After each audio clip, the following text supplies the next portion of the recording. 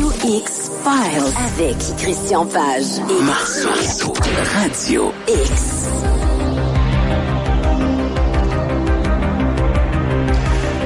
Bonsoir, bienvenue sur les ondes de choix 98.1 Radio X. Mon nom c'est Marceau, son nom à lui c'est Christian Page. Mes hommages. Salut Yannick. Comment allez-vous? Ça va très bien, et toi? Oui, c'est un peu pluvieux sur Québec. À Montréal, de quoi ça a l'air? Ah, c'est un peu plus vieux sur Montréal également. C'est une ambiance parfaite présentement pour parler du sujet qu'on va aborder ce soir. Oui, effectivement. J'avoue que ce soir, je me fais un peu plaisir. Les gens qui me connaissent depuis longtemps savent que j'ai un intérêt. En fait, je te dirais même que c'est plus qu'un intérêt, ça a été une passion. C'est l'affaire de Jack l'Éventreur. Et aujourd'hui, en fait, en ce novembre 2018, on souligne tristement, je puis dire, le 130e anniversaire des crimes de l'Éventreur. C'était à l'automne de 1888 que cet épisode monstrueux s'est produit dans les rues de Londres. Ouais. Et si tu veux, écoute, je vais tout de suite te mettre dans l'ambiance parce qu'on a un sujet qui est très porteur. Et en deuxième partie d'émission, on va recevoir Nadia Fezzani, oui, qui est l'auteur d'un ouvrage qui s'intitule « Mes tueurs en série ». Parce que bon, Jack l'Éventreur, c'est peut-être le premier tueur en série de l'histoire moderne. Non pas qu'il n'y avait pas eu de tueurs de masse importants avant Jack l'Éventreur. L'histoire se rappelle par exemple les crimes du maréchal Gilles de Rais, qui au 15e siècle aurait tué des centaines d'enfants lors de rituels occultes et sataniques. Ouais. La comtesse Erzébeth Báthory, qui aurait assassiné des dizaines de servantes, qui, selon la légende, utilisait son sang pour se baigner et elle croyait apparemment que c'était une espèce de substance qui lui permettait une espèce de jouvence. Mais Jack l'Éventreur, c'est le premier tueur en série de l'histoire moderne, avec le développement des grandes cités urbaines comme Londres, Paris, New York. Jack l'Éventreur apparaît là-dedans. Donc, en deuxième partie, comme je l'ai mentionné, on va recevoir Nadia Fezzani qui a écrit « Mes tueurs en série », un ouvrage publié en 2011. Et Nadia Fezzani, c'est une journaliste qui s'est beaucoup intéressée aux tueurs en série et elle a échangé pendant de longues années des courriers avec certains des plus terrifiants tueurs en série américains. Et elle s'est rendue également dans des pénitenciers aux États-Unis où elle a rencontré plusieurs d'entre eux, dont notamment Arthur Shawcross, qui a fait plus de 14 victimes, on pourra revenir là-dessus, et un certain Richard Cunningham, qui avait été condamné, lui, pour 5 meurtres, mais qui a avoué derrière les barreaux qu'il avait tué entre 85 et 100 prostituées. Le moins qu'on puisse dire, c'est que Mme Fezzani est une auteure qui a pas froid aux yeux. Non, qui a pas froid aux yeux. Donc, on le voit, elle a côtoyé les plus monstrueux tueurs en série des dernières années. Et quand je dis dernières années, on s'entend des 50 dernières années, parce que de mémoire, je crois que Shawcross et Cunningham ont commis leurs crimes à la fin des années 70, début des années 80. Mais tu comprends que ces gens-là ont écopé de prison à perpétuité, là. Donc, on va la recevoir en deuxième partie. Donc, pour se mettre un peu dans le bain, on revient sur cette histoire de Jack l'Éventreur, premier tueur en série de l'histoire moderne. Écoute, et tu l'as bien mentionné, on a cette pluie qui tombe sur Québec, qui tombe sur Montréal. Et c'est vrai que quand on parle de Jack l'Éventreur, on a une espèce de vision un peu, entre guillemets, romantique du tueur. Oui. C'est-à-dire qu'on s'imagine une ville de Londres sous la pluie, avec le brouillard. Et en se fermant les yeux, on entend presque les chevaux avec leur carriole, hein, qui roulent sur le macadam des rues de Londres. Hein, Donc on s'imagine tout ça et ça crée une espèce d'ambiance que nous a proposé aussi, faut pas se le cacher, la littérature et le cinéma. Pourtant, les crimes de l'Éventreur sont loin de cette vision romantique que l'on a. D'ailleurs, tous les crimes de l'Éventreur ont été commis durant des nuits où il n'y avait pas de brouillard. Et l'assassin, pour les peu de gens qui ont pu le voir quelques minutes avant qu'il commette ses crimes, n'avait rien à voir avec cet individu, avec le manteau, la houppelande et le chapeau de forme et sa petite sacoche de médecin à la main. C'est pas du tout à ça qu'il ressemblait. Donc, écoute, Yannick, allons-y pour la genèse de cette histoire. On est à Londres, on est en 1888. La ville de Londres, à ce moment-là, compte à peu près 5 millions d'habitants. Et pour te placer un peu dans le contexte, Les quartiers du East London, les quartiers est de la ville, sont des quartiers excessivement défavorisés. On parle principalement de 2 quartiers, les quartiers de Whitechapel et de Spitalfield. D'ailleurs, Jack l'Éventreur sera connu également sous le nom du tueur de Whitechapel. Ce sont des quartiers où s'entasse une population excessivement hétéroclite. Ce sont surtout des Juifs et des gens qui viennent d'Europe de l'Est. On parle de Polonais, on parle de Tchécoslovaques. Donc, tu vois un peu un véritable microcosme de toutes sortes de cultures et de sociétés qui sont dans ces quartiers excessivement défavorisés du East London. Pour te donner une idée des gens, et je pense notamment à Oscar Wilde, qui avait visité, Oscar Wilde, le poète et écrivain irlandais, qui avait visité les quartiers du East London, a écrit « Si l'enfer existe sur Terre, il doit s'agir de ces quartiers du East London. » Donc, tu vois un peu le genre. Hein, pour te donner également une idée, tu connais sûrement l'expression « passer la nuit sur la corde ». Oui. Ben, ça nous vient de ce East London, de cette époque victorienne. À l'époque, il y avait une loi qui interdisait aux gens de s'étendre dans la rue. Alors, comme les maisons étaient très rapprochées les unes des autres, avec des étroits passages, on tendait une corde d'un mur à l'autre et les gens, littéralement, s'accrochaient sur cette corde pour y dormir. Parce qu'on parle, évidemment, d'une quantité incroyable de vagabonds, de gens de personnes sans domicile. Donc, ces gens-là s'accrochaient sur des cordes comme ça pour y dormir et comme ça évitaient d'être arrêtés par les policiers. Il faut savoir également que dans ce Londres, lorsque l'on parle des victimes de Jack l'Éventreur, et on va y revenir, on parle de prostituées. Il faut ici immédiatement mettre la table pour dire que les prostituées ne sont pas celles qu'on imagine dans les films. Hein. Les victimes de Jack l'Éventreur, oui, ce sont des femmes qui faisaient commerce de leur corps, mais il faut quand même s'entendre que ce sont des femmes, ce sont des vagabondes, ce sont des itinérantes et ce sont toutes des alcooliques. Elles passent leur soirée, leur journée dans des bistrots, des bars, et à la fermeture des bars qui se ferment, qui ferment à 1h du matin, ces femmes-là se retrouvent dans des positions vulnérables, bien sûr intoxiquées par l'alcool. Elles déambulent dans les rues et elles espèrent avoir un dernier client qui va leur donner les quelques pence nécessaires pour se payer un lit dans des asiles publics, dans des dortoirs publics. Et là, on parle de grandes salles avec des dizaines et des dizaines de lits. Et souvent, si tu n'avais pas les sous pour te payer les 4 ou 5 pence que te permettait de louer un lit, on pouvait le faire à 2, à 3, à 4. Donc, tu t'imagines, et quand je parle de lit, on parle littéralement d'une espèce de paillasse sur un support en métal. C'était vraiment un milieu tout à fait sordide. Et en début d'année, on est en 1888, en début d'année, en avril 1888, il y avait énormément de violence, bien sûr. On s'entend, ce sont des quartiers où la violence règne au quotidien. En avril 1888, une première femme est agressée dans Whitechapel et elle est agressée par 2 individus. Et là, on parle de Jack l'Éventreur, donc pour les gens qui nous écoutent, je suis désolé pour les oreilles sensibles, mais on devra y aller de quelques détails macabres. Et dans le cas de cette première agression, une certaine Emma Elizabeth Smith, elle est agressée dans Osborne Street et par 2 hommes, et l'un d'entre eux va lui enfoncer un pic de bois dans le vagin, et elle va décéder de cette blessure, évidemment. Et quelques mois après, donc on est au début du mois d'août 1888, une autre prostituée, Martha Tabram, est retrouvée assassinée dans une maison de chambre sur Goulston Street, dans un édifice qui s'appelle Georgia Building. Elle a été poignardée à 31 reprises, donc soit par un couteau ou soit par avec une baïonnette, qu'on suppose. Donc, on a 2 prostituées qui sont assassinées. Et puis voilà qu'arrive cette soirée, cette nuit du 31 août 1888.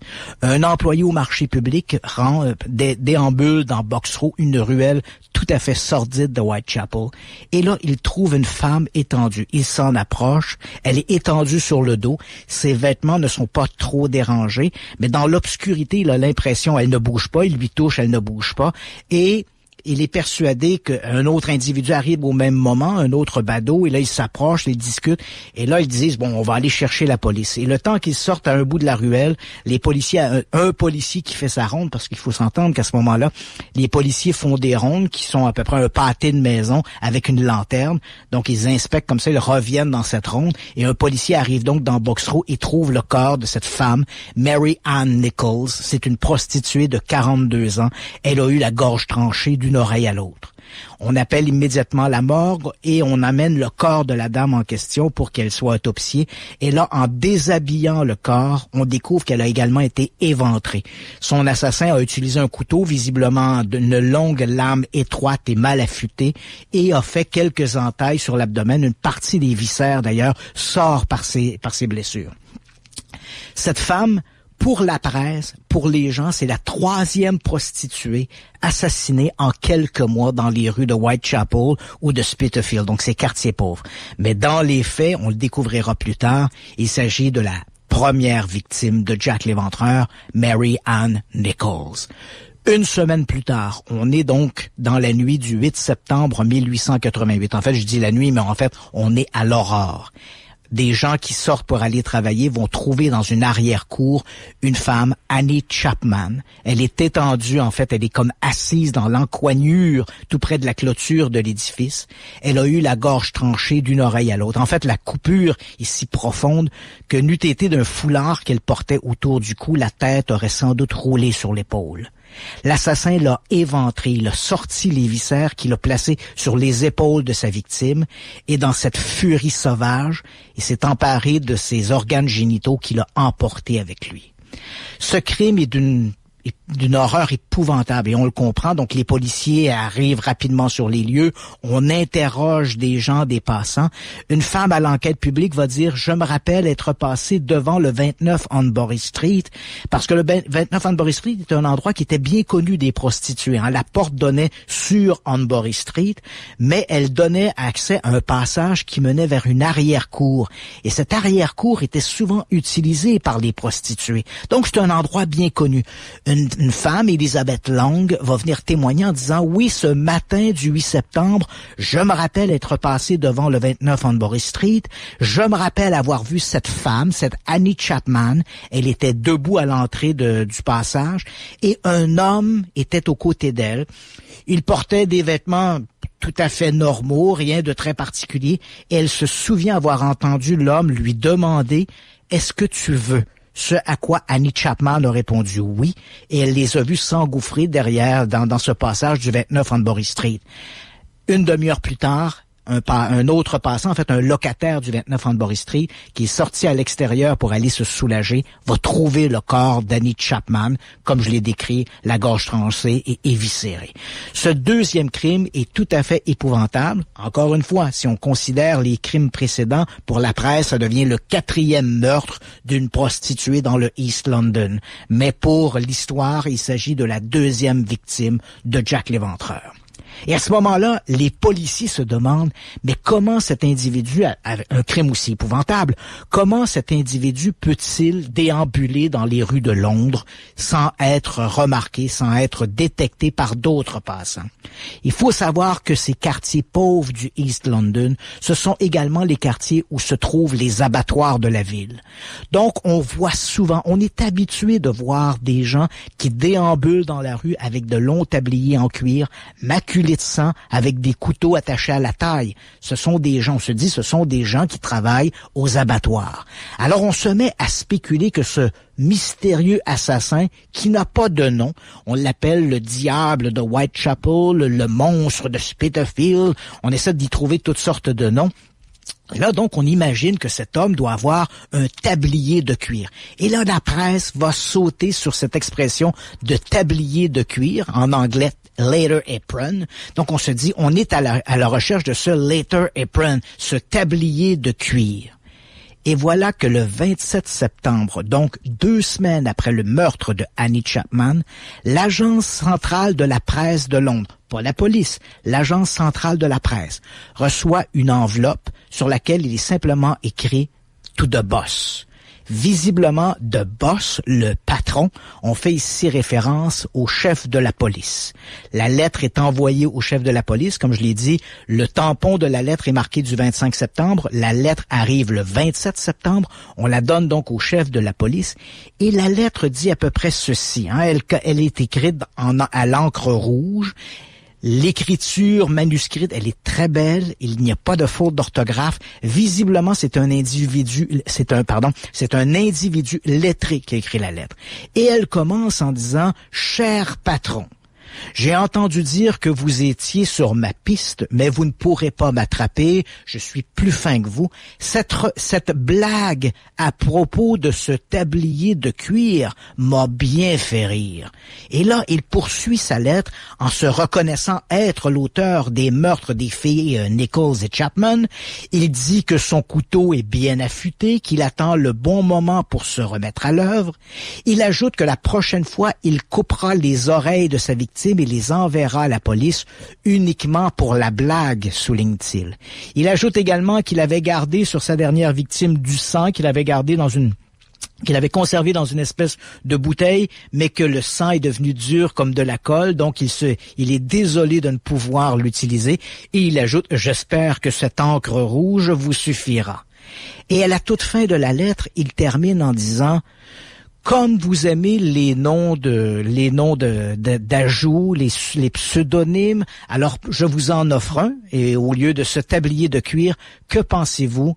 Très sincèrement vôtre, Jack l'Éventreur. » Donc il s'est nommé lui-même. Il se nomme lui-même. Jack the Ripper. Donc voilà. Pourquoi c'est au lieu de tablier de cuir, pourquoi pas très sincèrement vôtre, Jack the Ripper. Écoute, cette histoire-là de la lettre de Jack l'Éventreur, cette Dear Boss Letter, la lettre adressée au patron, cette lettre-là, aujourd'hui, elle est à peu près unanimement reconnue comme étant une fraude. Il s'agit visiblement d'un journaliste londonien, T.G. Bolling, qui a voulu se moquer de la police et qui a envoyé cette lettre-là à l'agence centrale de la presse. C'est lui-même un journaliste, en sachant pertinemment qu'elle suivrait son cours vers le service de police. Donc, aujourd'hui, je crois que tous les experts sont unanimes à dire cette lettre-là est une mauvaise plaisanterie d'un journaliste. Néanmoins, les policiers, lorsqu'ils la reçoivent, ils y croient. Non seulement ils y croient, mais la presse va s'emparer de ce nom de Jack l'Éventreur. Il va passer à l'histoire avec ce pseudonyme. La lettre en question est recopiée. On la pose partout, sur les poteaux, sur les murs, tous les endroits publics ont fait un facsimilé de la lettre et la police se dit, si vous reconnaissez cette écriture, rendez-vous au service de police, dénoncez-le, il faut l'arrêter. C'est l'écriture de ce monstre de Whitechapel et de Spitalfields et maintenant il a un nom, ce monstre-là, il s'appelle Jack l'Éventreur.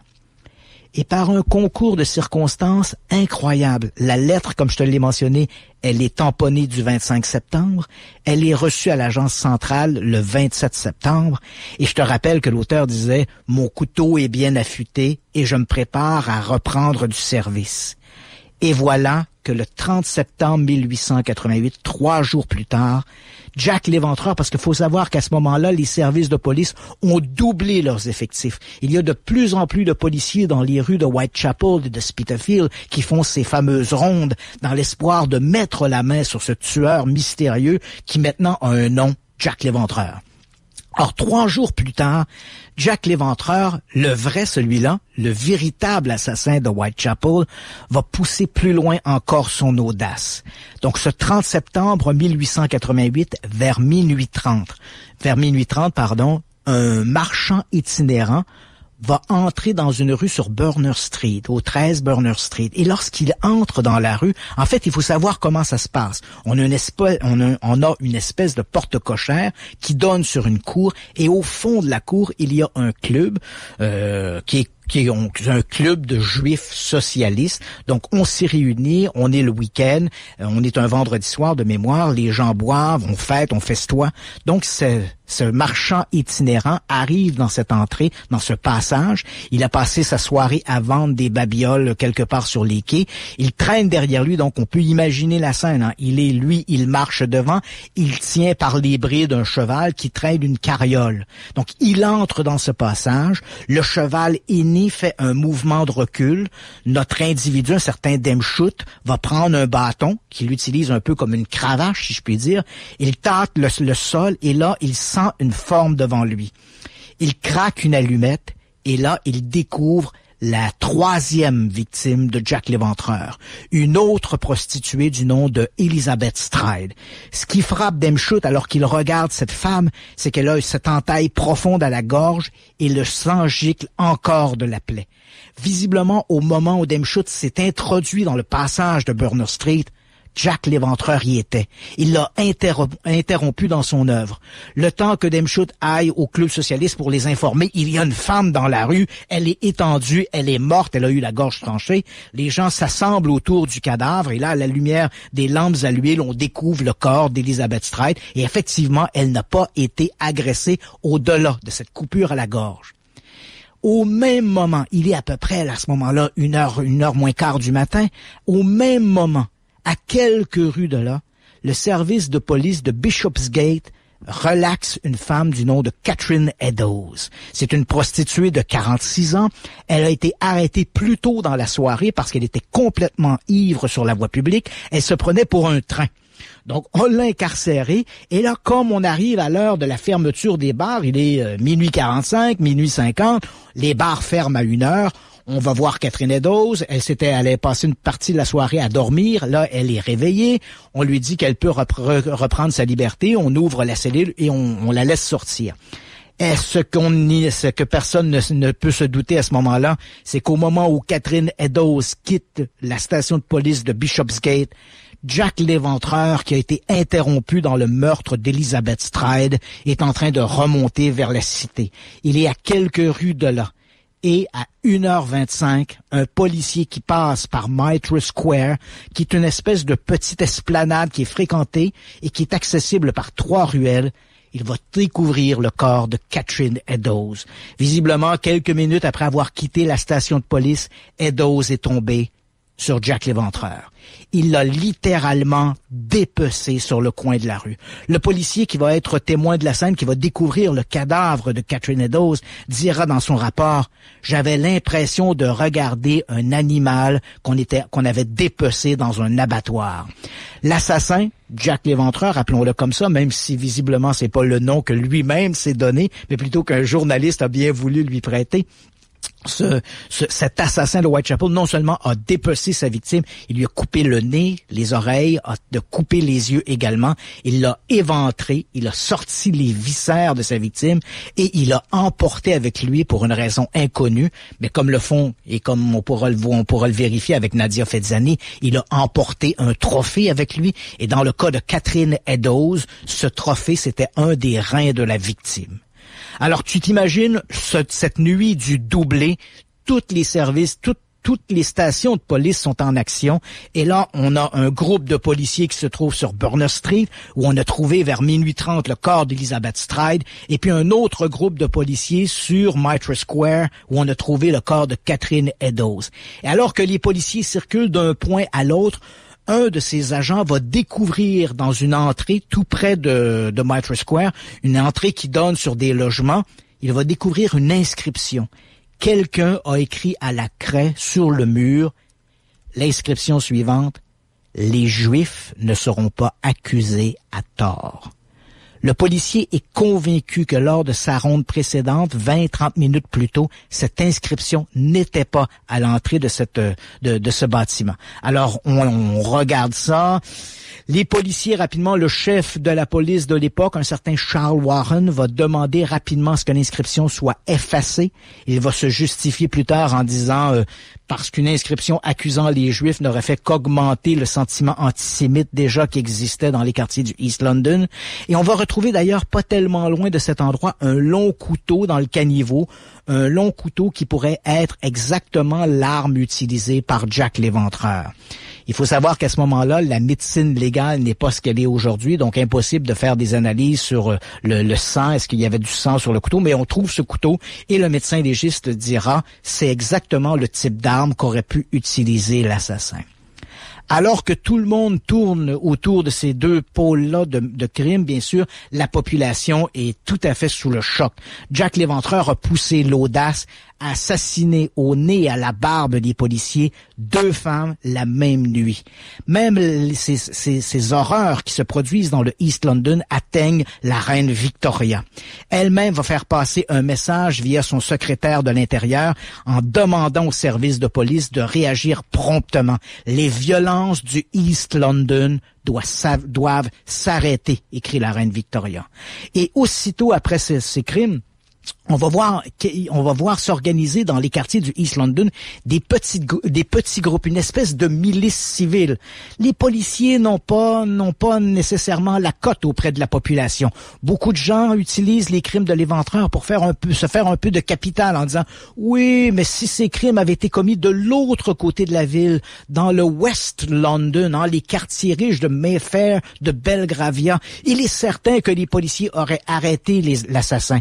Mais comme ici, c'est les quartiers pauvres, on a un laisser-aller, on s'en fout, on tue nos filles, mais personne ne fait rien. Donc, tu vois un peu le sentiment qui anime la population du East London. On va créer des groupes de milices civiles, donc des petits groupes, 10, 12 hommes, qui vont se mettre à patrouiller dans les rues du East London avec des gourdins à la main, dans l'espoir de tomber sur ce mystérieux Jack l'Éventreur, qui maintenant est devenu un sujet qui déborde le East London. Tout Londres parle de ce Jack l'Éventreur. Même ici, dans des journaux à Montréal, la presse fait l'écho des crimes du East London. Jack l'Éventreur est devenu une célébrité internationale. Et comme pour pousser à l'horreur, le 16 octobre 1888, l'un des dirigeants de cette milice civile, un certain George Lusk, qui ne manque pas une occasion, bien sûr, en public, pour dénoncer le mauvais service de la police, en disant que la reine Victoria se les laisse à eux-mêmes. Donc, toute la même rengaine que servent tous les opposants au régime, ce fameux George Lusk reçoit une petite boîte enveloppée d'un papier brun taché de sang. Lusk ouvre la boîte.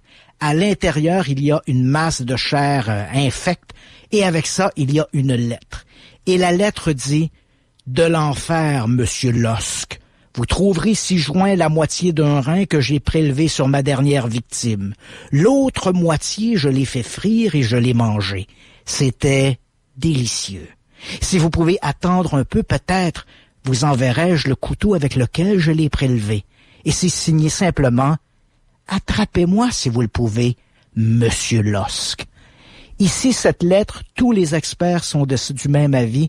S'il y a une seule lettre, jamais, parce qu'il faut savoir que les services de police ont reçu plus de 300 lettres durant cet automne de 1888, toutes les lettres étaient signées Jack the Ripper.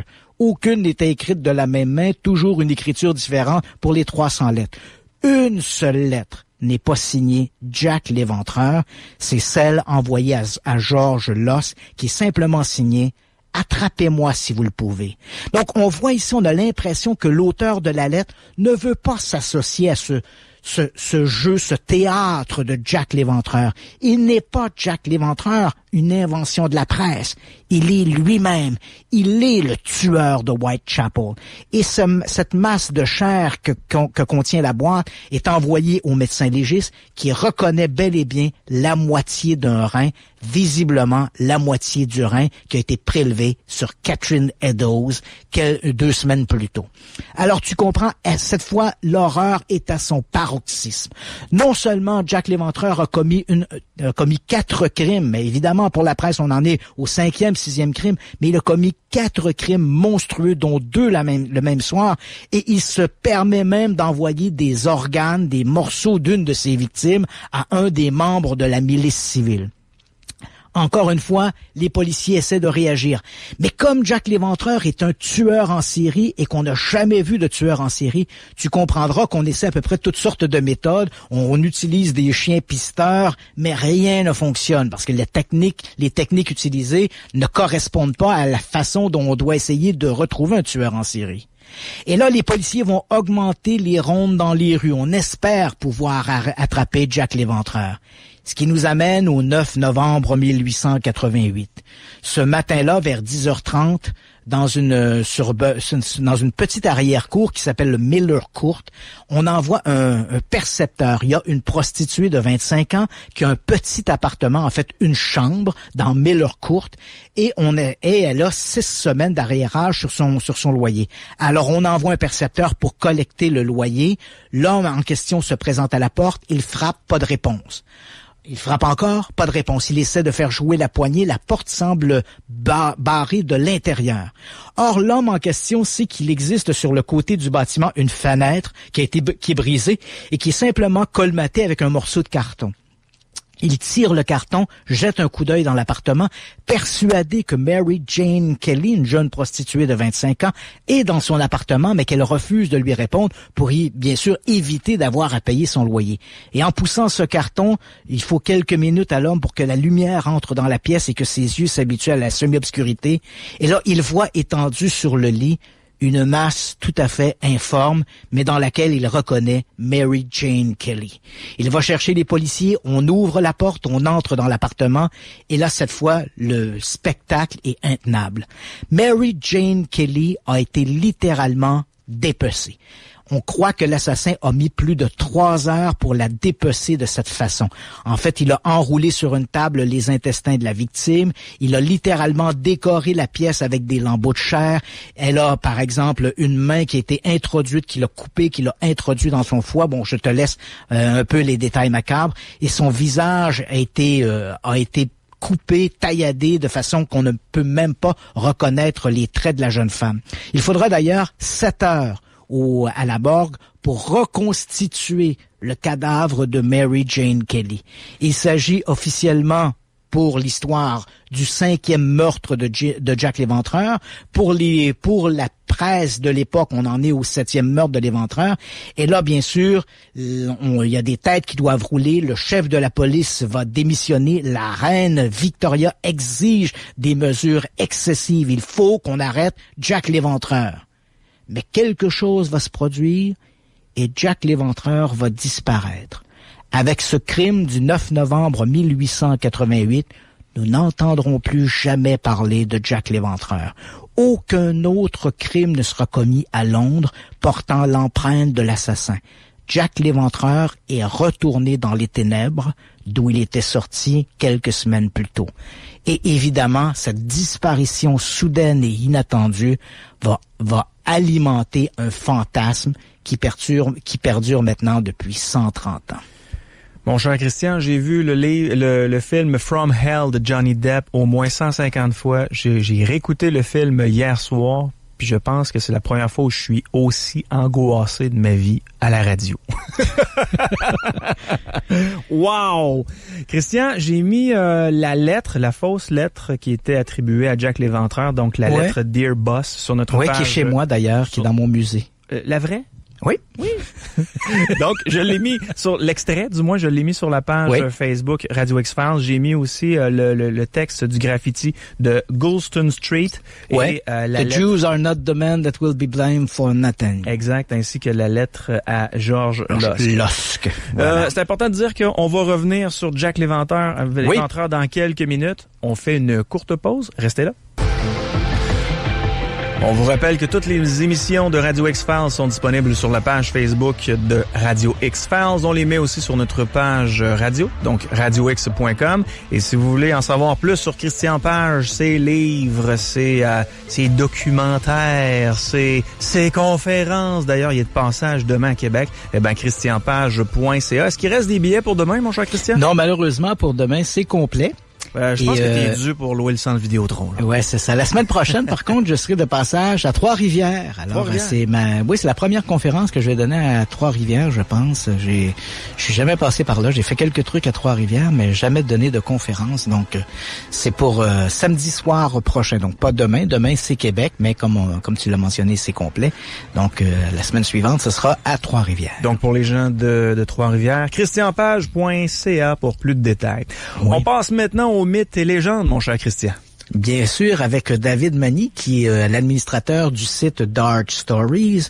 Et pour rester un peu dans le ton, David va nous proposer un petit voyage au pays du bonhomme 7 heures et du croque-mitaine. Nos parents nous faisaient-tu peur avec ça, David? C'était épouvantable. Ben oui. Ben pas vraiment, honnêtement, pas vraiment mes parents à moi, mais on sait que nos grands-parents, nos arrière-grands-parents ont beaucoup entendu parler du bonhomme 7 heures puis du croque-mitaine, entre autres. C'est pour ça que j'ai pensé profiter un peu de l'Halloween puis du momentum que ça apportait pour parler des vrais monstres, ceux qui sont au cœur des légendes, qui justement terrifiaient nos ancêtres, si on peut dire.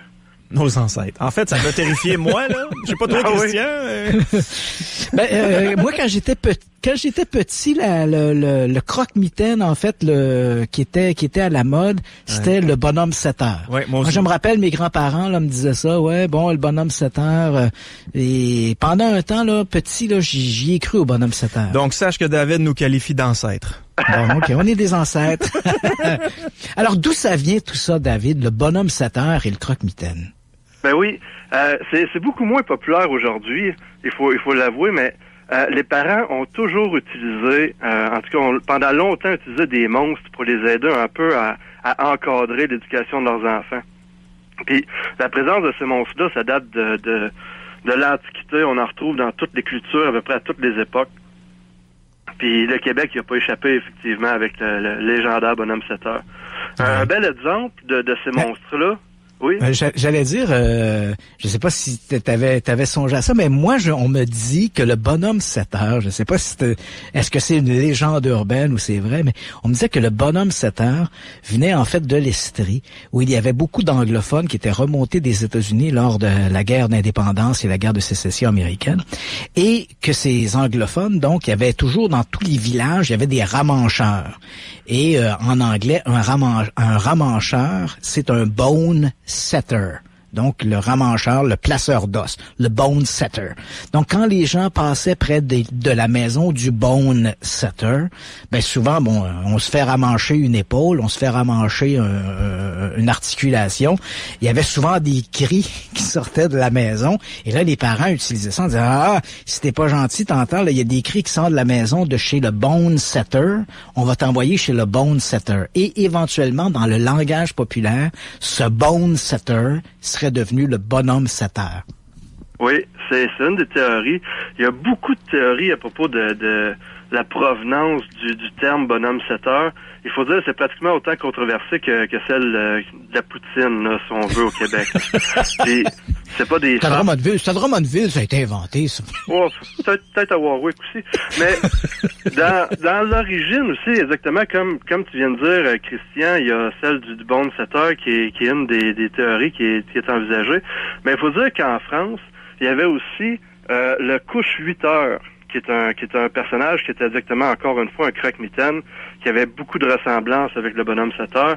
Il y a aussi d'autres expressions comme celle du bombe 7 heures, qui était la personne qui allumait les lumières ces rues de Montréal.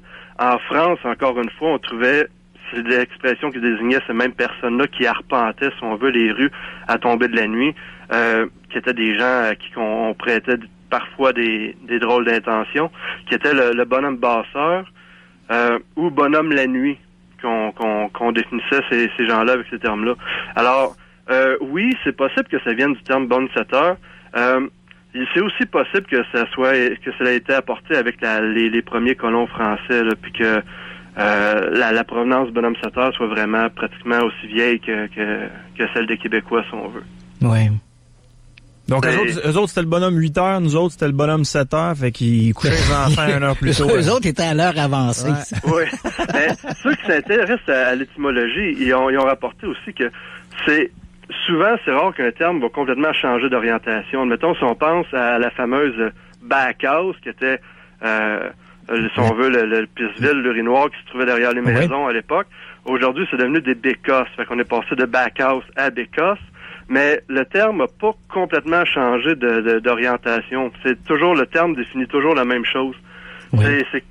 C'est un peu la théorie qui est apportée. Pourquoi que probablement que c'est possible que le couche 8 heures soit vraiment l'ancêtre de notre bonhomme 7 heures. OK. Et on a beaucoup de créatures comme ça. On a parlé du croque-mitaine qui en Europe est pratiquement comme le bonhomme 7 heures. On a aussi le père Fouettard qui était un gros monsieur, qui était un colosse avec les cheveux longs, la grosse barbe, toujours couvert, un homme sale, habillé en peau d'animal. Puis lui, c'était l'exact opposé du Père Noël. Fait qu'on avait, quand le Père Noël allait récompenser les enfants gentils obéissants à Noël, on avait le Père Fouettard, lui, qui allait corriger les enfants désobéissants. Là. Fait que si tu mangeais pas tes légumes, il y avait le Père Fouettard qui pouvait venir. Puis lui, il avait toujours une cravache ou un fouet, puis il venait punir les enfants. Évidemment, il est devenu beaucoup moins populaire que le bonhomme, que le Père Noël. Il était remplacé par le Père Fouras. Oui, ben une version un peu moins intellectuelle, là, par contre. Mais il faut dire que Coca-Cola l'ont jamais utilisé dans leur publicité, lui. Fait qu'il a été un petit peu oublié avec le temps. Avec raison. Ben, il faut dire que le bonhomme 7 heures au Québec, c'est quelque chose qui est quand même assez intéressant dans le folklore, parce que comme tu t'as dit plus tôt, Christian, c'est ni un conte en même temps, parce que c'est pas quelque chose qui est totalement fictif, puis c'est pas non plus une légende, parce que c'est lorsque les parents racontaient cette histoire-là à leurs enfants, qui leur disaient si t'es pas rentré à l'heure, le bonhomme 7 heures va te courir après. Les parents croyaient pas vraiment à ça, mais derrière tout ça, un peu par transposition, il y a quelque chose, il y a un danger qui est bien réel. Les gens utilisaient ça à des fins sécuritaires pour avertir leurs enfants. Va pas sur tel chemin. Parce que même souvent, on associait une personne, dans certains villages, ça s'est vu d'associer une résidence à la résidence du bonhomme 7 heures. On peut croire que la personne qui vivait là avait sûrement une très mauvaise réputation. Puis aussi, on peut croire aussi que les parents voulaient pas que les enfants aillent dans telle région. On prétendait que l'apparence du bonhomme 7 heures était comme un vieil homme vêtu en vagabond, puis qui traînait un grand sac avec lui. C'était un homme aux airs louches, toujours avec l'espoir que nos enfants, que leurs enfants, du moins, s'approchent pas des gens qui ont l'air étranges, des étrangers, des gens qu'on n'avait jamais vus dans la région, puis qui pouvaient être des personnes dangereuses. Dans les villages, c'est ça, il y avait souvent, il y a tout le temps un peu comme l'ermite du village, le malcommode, là, qui vit un peu en retrait des autres et qui, bien sûr, alimente toutes sortes de rumeurs, probablement que le bonhomme 7 heures de certains villages était associé à cet ermite-là du village. Oui, exactement. Puis il faut dire que la crainte qui habitait les parents à cette époque-là, elle existe encore. Je veux dire, il y a des enfants qui disparaissent qu'on trouve jamais. Puis pour que le folklore, pour que le bonhomme 7 heures devienne un personnage aussi attachant, aussi respecté dans le folklore, il fallait qu'il y ait une certaine pertinence. Il fallait que des gens aient vécu des événements, que des enfants aient vécu peut-être la disparition d'un ami ou des choses comme ça, pour croire que oui, il y a vraiment des prédateurs, parce que les croque-mitaines étaient des prédateurs. Ouais, le croque-mitaine en France, on disait approche-toi pas du lac. Le croque-mitaine guette. S'il t'attrape, il va te noyer. C'était pour éviter que les enfants aient proche du lac, mais il y avait toujours cette espèce de prévention-là. Le bonhomme 7 heures, c'est exactement la même chose. Puis le bonhomme 7 heures aussi, c'était un monstre. C'était pas juste un homme, c'était un monstre. Fait qu'on pouvait pas combattre un monstre. Ça voulait dire aux enfants, si tu te retrouves dans une position vulnérable, fuis, cours, mais fuis.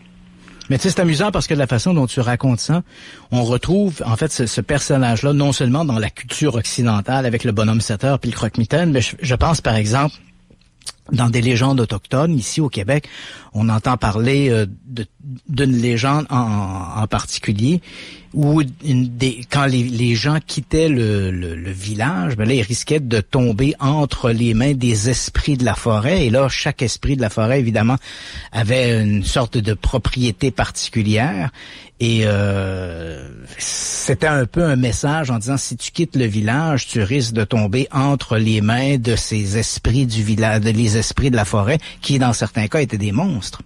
Oui. Exactement. C'est difficile pour les parents, même aujourd'hui, d'expliquer. À un certain moment, il faut que tu expliques à tes enfants que tous les adultes sont pas gentils, qu'il y a des risques. Ouais. Puis ces personnages-là, ces légendes-là rentraient, devenaient efficaces à ce moment-là pour aider les enfants à comprendre que de pas se positionner justement dans des positions qui étaient vulnérables, de pas partir sur un coup de tête puis de se retrouver en pleine nuit dans la forêt ou dans une place où qui pourrait avoir un danger. C'est ça, dans les cultures autochtones ici, là, c'est en particulier, là, si on regarde au Québec, c'est le Wendigo, là. Et le Wendigo, ben c'est ça, c'est une espèce de monstre de la forêt. Et en fait, le message, c'est reste dans la communauté. Si tu t'éloignes de la communauté, tu vas affronter l'inconnu. Et dans l'inconnu, ben il peut y avoir toutes sortes de créatures, dont ce monstrueux Wendigo qui va prendre ton âme, là. Oui. C'est un bon rappel pour on pourrait dire pour les parents. De comment je pourrais dire, de sécuriser un petit peu leur enfant, de les mettre en contact justement avec ces dangers-là. Effectivement. Hey David, on invite les auditeurs à aller faire un tour sur ta page web darkstories.com pour entendre un peu plus et lire surtout des contes de mythes et légendes. Merci beaucoup! Oui, merci à vous. Salut. Bonne soirée. Bye bye. On revient. Week-end. Radio X Files. Radio X. En fin de semaine, dans Légende du rock. Légende du rock. Tu pourrais gagner tes billets pour l'un des groupes les plus spectaculaires au monde. Kiss, le 2 avril prochain au Centre Vidéotron dans le cadre de leur dernière tournée à tout jamais. Billets en vente sur gestev.com ou ticketmaster.ca. Un dernier Kiss, le 2 avril au Centre Vidéotron. Une production Live Nation et Gestev. En fin de semaine, dans Légende du rock. Radio X. Marceau le soir, présenté par l'Atelier qui vous propose ses célèbres cocktails maison avec échelle de saveurs. Acide et frais, fort et amer, léger fruité, à vous de choisir. À l'Atelier sur Grande Allée. Pensez rapidité. Pensez FedEx Ground. FedEx Ground recherche des manutentionnaires de colis à sa succursale du 125 rue de Hambourg à Saint-Augustin-de-Desmaures. Plusieurs quarts de travail à combler. Bénéficiez d'un programme de remboursement de frais de scolarité. Paye hebdomadaire par dépôt direct pour les 17 ans et plus. Pour en savoir plus, visitez le site groundwarehousejobs.fedex.ca. groundwarehousejobs.fedex.ca. Égalité d'accès à l'emploi. Les journées raccourcissent et vous donnent envie de vous évader?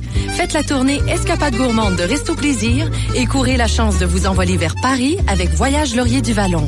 En novembre, rendez-vous au Cochon d'Ingue, Paris Grill, Café du Monde, Jaja, Lapin Sauté ou Au Ciel et choisissez nos menus thématiques regroupant les saveurs Resto Plaisir.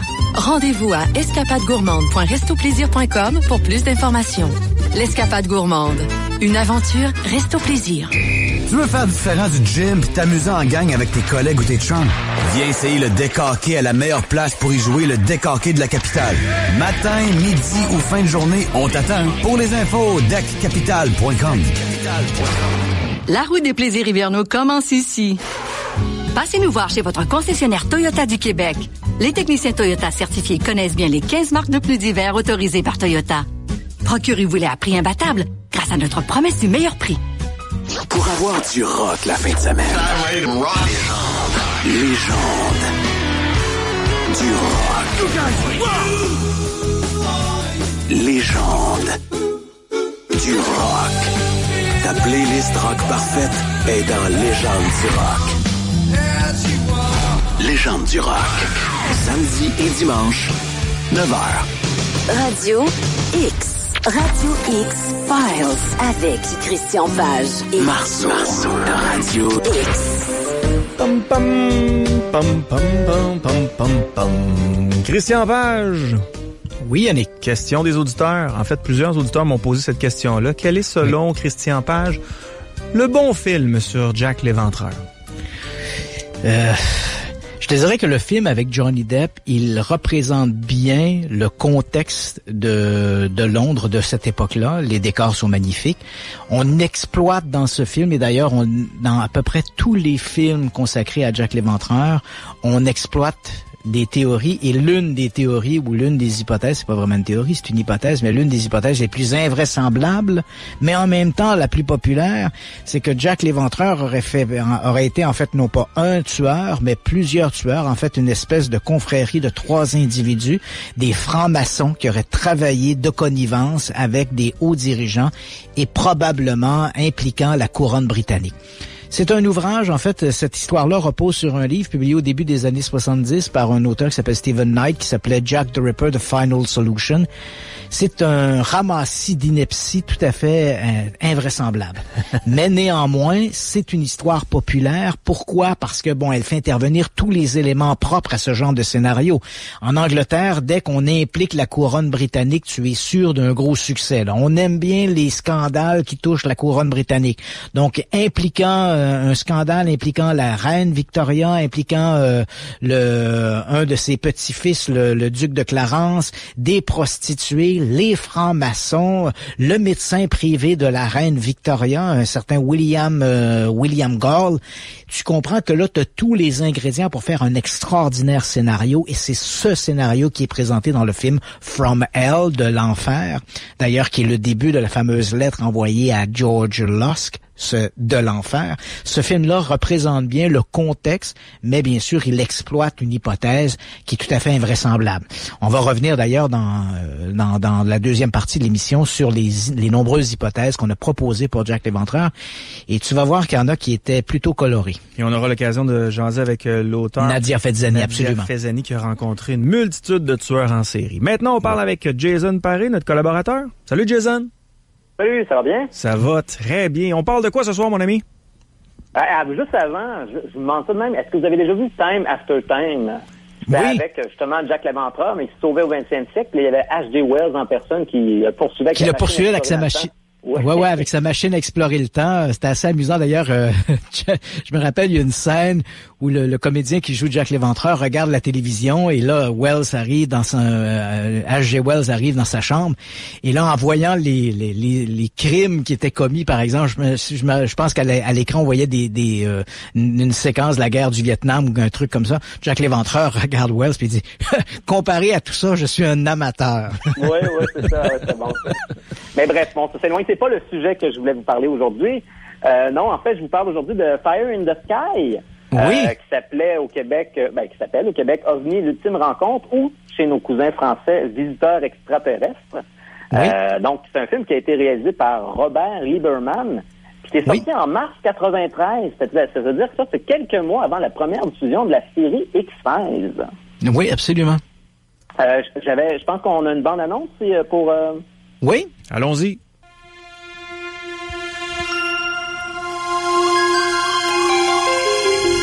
How does it think?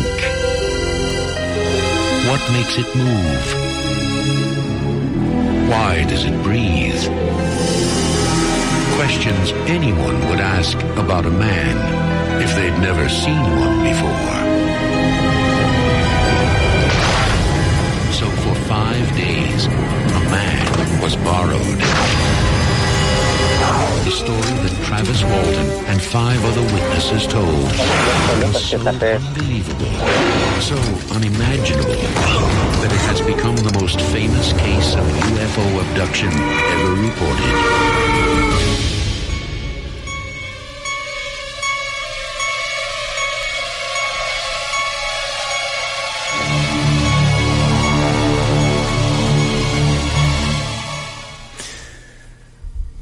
Jason?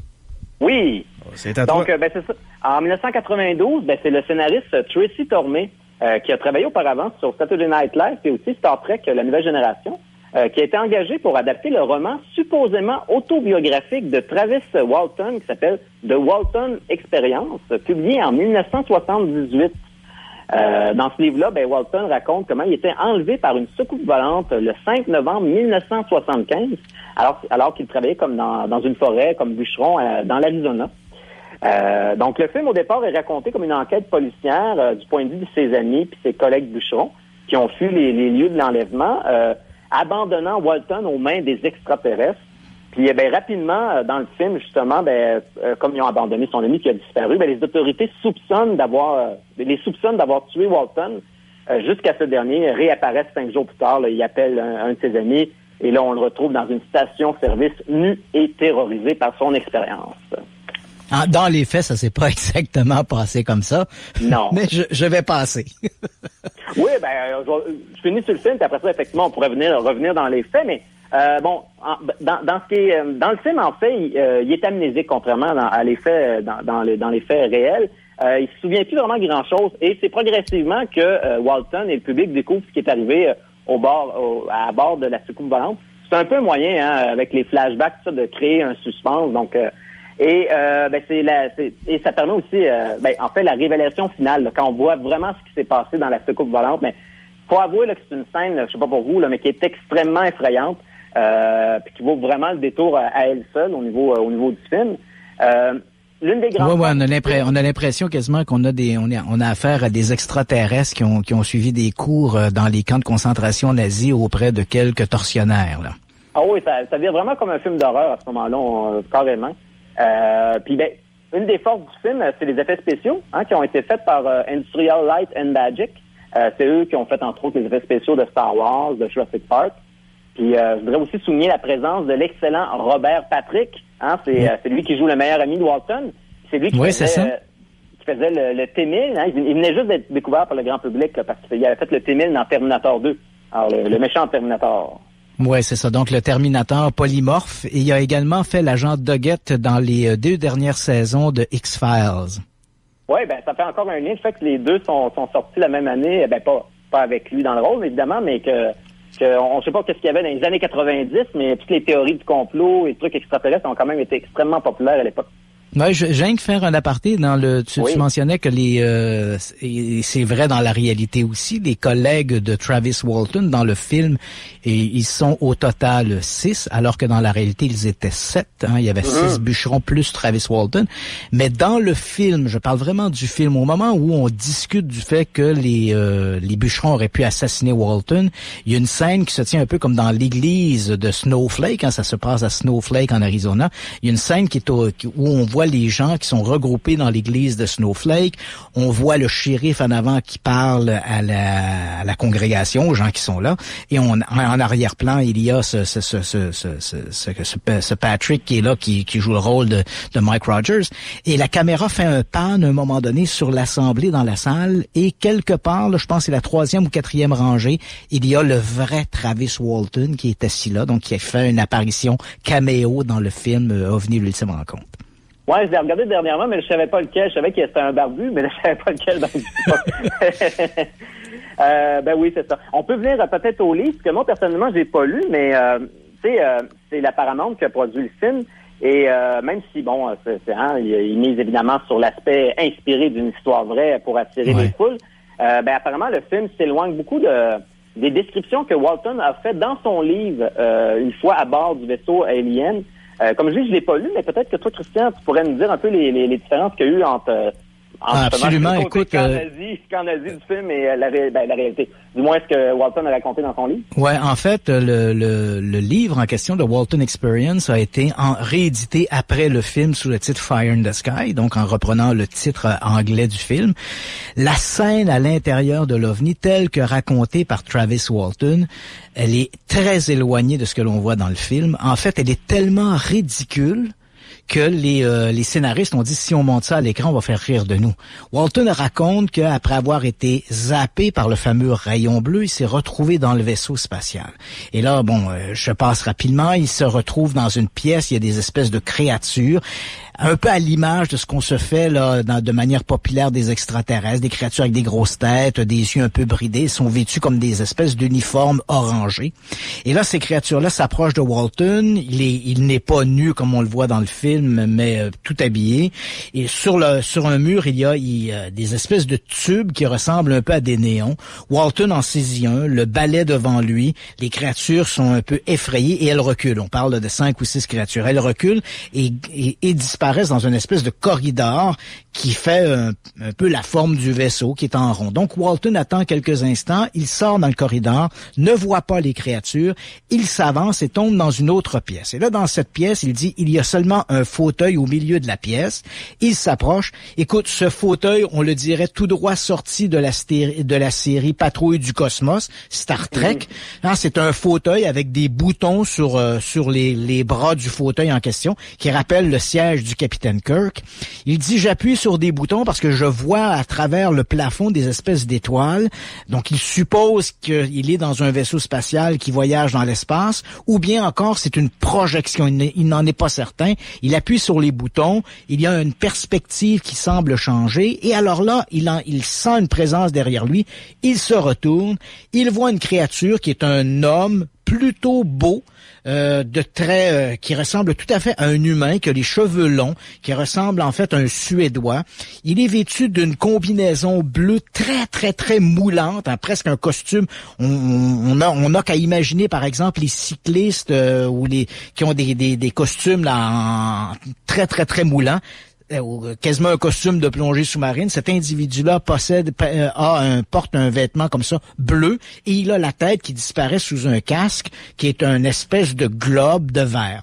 Ce personnage s'approche de Walton, ne lui parle pas, il lui met la main sur l'épaule, il l'entraîne dans une autre pièce qui semble pour Walton être une espèce de sas, comme une zone de décompression. Il y a quelques secondes qui s'écoulent, et à l'autre bout de ce passage, de ce sas, il y a une autre porte, et là, Walton débouche dans une plus grande pièce qui ressemble être un garage, en fait, une pièce gigantesque où il y a posé sur le sol des engins qui lui font penser à l'engin qu'il a observé dans le bois, donc comme s'il était dans un garage à soucoupe volante.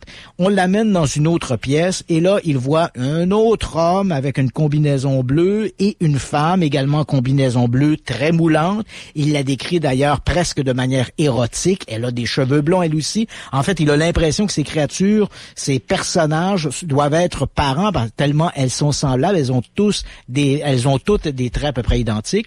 La femme l'invite à s'étendre sur une table. Elle lui place sur le visage une espèce de masque qui ressemble à un masque à gaz, là, comme on utilise par exemple pour l'anesthésie, un truc comme ça. Elle lui place ça sur le nez. Walton perd conscience et il se réveille. Il est sur le bas côté de la route. En fait, cette expérience, lorsque Walton la raconte, si on la met bout à bout, on a l'impression que ça dure à peu près 10 minutes. Et ça semble un peu loufoque, là. Ces créatures en costume, en combinaison bleue moulante, avec des casques qui ressemblent à des bols, quasiment des aquariums renversés. C'est tellement ridicule qu'on comprendra que ça ne correspondait pas à l'imagerie populaire qu'on se faisait des extraterrestres, tant et si bien que lorsqu'on a fait le film Fire in the Sky, on a décidé de entièrement remodeler l'incident qui se passe à l'intérieur de l'OVNI, parce que la description que Walton a fait en 1975 de cet événement-là était un petit peu loufoque. Oui, donc au grand écran, ça aurait probablement plus fait rire que faire peur. Voilà.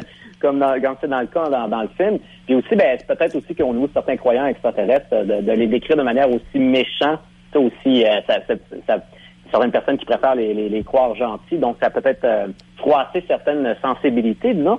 Il y a une autre différence aussi importante avec le film, c'est que dans le film, lorsqu'ils fuient les lieux, à un moment donné, ils s'arrêtent avec leur camionnette, puis il y a seulement son meilleur ami, Mike Rogers, qui est justement joué par Robert Patrick, qui retourne avec la camionnette sur ses pas sur le lieu de l'enlèvement pour voir si Walton est toujours là. Est toujours là parce que eux, ils l'ont juste vu tomber au sol quand ils se sont sauvés. Quand apparemment, dans les faits, tout le monde serait retourné sur les lieux lors de l'incident. Sinon, il y a un autre élément. Il y a eu dans le film, on le voit, puis d'ailleurs, c'est même utilisé dans la bande-annonce. Dans le film, ils sont 5. Ils ont tous passé le polygraphe. Il y a seulement l'un d'eux, Ellen Davis, qui a eu un test non concluant. Alors, ça ne veut pas dire qu'il a raté son polygraphe, mais il y a eu un test non concluant parce qu'il y avait un passif criminel et évidemment, il devait être plus stressé que les autres. Mais les 4 autres ont vraiment réussi leur polygraphe. Et oui. Il semble que ça soit vraiment le cas aussi dans les faits qui se sont déroulés en 75. Par contre, il semble que Travis Walton aurait, quelques années plus tard, lui-même passé un test de polygraphe, mais que ses résultats auraient été volontairement cachés à la presse parce que lui, il l'aurait raté Je sais pas si là-dessus tu avais des détails aussi, mais oui, effectivement. Donc après son retour, en fait, c'est pas quelques années après son fameux retour, Walton, il a quitté Snowflake rapidement. Il s'est rendu à Phoenix avec son frère, et là ils ont été pris en charge par une organisation locale, en fait une organisation de l'Arizona qui s'intéressait aux ovnis, qui s'appelait l'APRO à l'époque. Et là il y a eu une entente assez rapidement qui était passée avec le National Enquirer, qui était un journal très populaire à l'époque et qui faisait un peu dans cette nouvelle fantastique. Et eux ont demandé à ce qu'ils ont dit, bon, ben évidemment, il y a eu une entente financière. Ils voulaient avoir l'exclusivité sur l'histoire de Walton, à condition, bien sûr, que Walton passe un test de polygraphe et qu'il le réussisse. Or, quand il a passé ce test du polygraphe, il a échoué lamentablement. Et comme il a échoué lamentablement, on a voulu un peu tirer un trait là-dessus. Là, il y a James Harder, qui était un hypnologue qui travaillait avec l'APRO, est intervenu en disant, peut-être qu'on l'a interrogé trop rapidement, il faut y laisser décanter l'expérience qui datait seulement de quelques jours à ce moment-là. Donc, Walton a laissé passer quelques mois avant de se resoumettre à nouveau au test du polygraphe, et là, il l'a réussi. Mais le premier test, celui qu'il a échoué, qui a été fait pourtant dans les règles de l'art par un spécialiste du polygraphe, évidemment, comme ce test-là avait été négatif, et pour l'expert, il était clair que Walton essayait de tromper les gens, on a préféré garder cette histoire-là un peu sous le tapis pour ne pas mettre en doute la parole de Travis Walton, parce que c'était quand même une bonne histoire, et on comprend que certains individus voulaient capitaliser sur l'histoire, et l'affaire, le test du polygraphe échoué n'aurait pas été une bonne publicité pour Walton. Non, c'est sûr que ça met un doute sur l'histoire, mais ce qui est quand même surprenant, par contre, c'est que les autres, à l'exception, évidemment, de celui qui avait un passé Alan Davis. Ouais, c'est ça, que tous les autres, eux, l'ont réussi. Il semble que personne n'est revenu sur son histoire à travers les années. Non, ça remonte. Voilà. Donc, mais faut se rappeler que le test du polygraphe, ce qu'il raconte, ils ont pas vu Walton se faire enlever, ils ont pas vu ce qui s'est passé dans l'OVNI. Ils ont tous dit, ils ont vu une lumière mystérieuse dans le boisé. Donc, c'est sur la foi de ça qu'ils ont passé le test du polygraphe. Maintenant, ce qui s'est passé à l'intérieur de l'OVNI, si OVNI il y a eu, il n'y a que la parole de Travis Walton. Non, effectivement. Mais il s'est passé quelque chose d'étrange, du moins. Puis ce que je veux dire, c'est pas au-delà de ça, c'est que au-delà de qu'est-ce qui s'est passé en réalité, il reste qu'il s'est passé quelque chose et que il semble que personne ne soit contredit à travers le temps, à travers. Voilà, c'est une histoire très intéressant. Sur les 7 personnes, même si un d'entre eux n'a pas voulu être associé au film, sur les 7 personnes, incluant Walton, aucun d'entre eux n'est revenu sur son histoire. Et quand même, il faut se rappeler, et ça c'est très important de souligner, ces gens-là ne sont pas des amis. Ces gens-là travaillent dans un chantier, même 2 d'entre eux, Alan Davis d'ailleurs et Travis Walton, se détestaient viscéralement. Il fallait les isoler, sinon ils se sautaient à la gorge mutuellement. Ces gens-là, et 2 d'entre eux étaient des nouveaux arrivants qui étaient à l'emploi. C'était Mike Rogers qui dirigeait le chantier. 2 d'entre eux étaient de nouveaux arrivants. Là, ils avaient été engagés quelques jours plus tôt. Ces gens-là ne sont pas des body, là, genre croix de bois, croix de fer. Si je mange, je vais en enfer. Là, c'est pas ça. Là. Ce sont des gens qui se connaissent un peu, ou à la rigueur qui ne se connaissent pas du tout. Ce sont des collègues de travail. Et pourtant, malgré les années coulées, et on raconte que l'un d'entre eux s'est même vu offrir 10 000 $ pour revenir sur sa parole, aucun d'entre eux, malgré les années coulées, n'a changé d'un iota sa version de l'histoire. Ils ont tous maintenu qu'ils avaient vu cette lumière dans le boisé, que Walton s'était éloigné, avait disparu, etc., etc.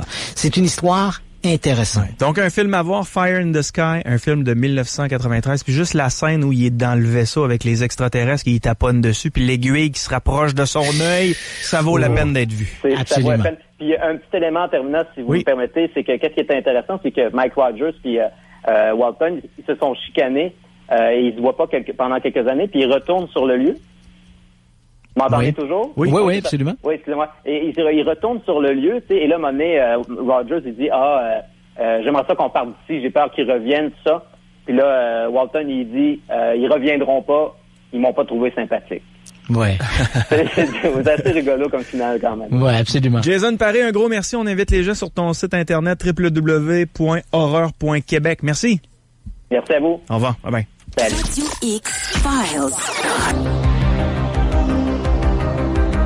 Christian, au début de l'émission, on a commencé à parler de Jack l'Éventreur. On a dit qu'on y reviendrait. C'est ce qu'on va faire dans les prochaines minutes, mais pour l'instant, on a la chance d'avoir l'auteur Nadia Fezzani qui est avec nous au bout du fil. Madame Fezzani, bonsoir. Bonsoir. La première fois où j'ai lu votre livre, en fait, dans les premières pages, je me suis dit, quelle femme courageuse qui a décidé un jour d'aller rencontrer une multitude de tueurs en série. Beaucoup de respect pour vous. Merci beaucoup. Beaucoup de respect. Effectivement, ça n'a pas été facile. Et c'est un livre à lire.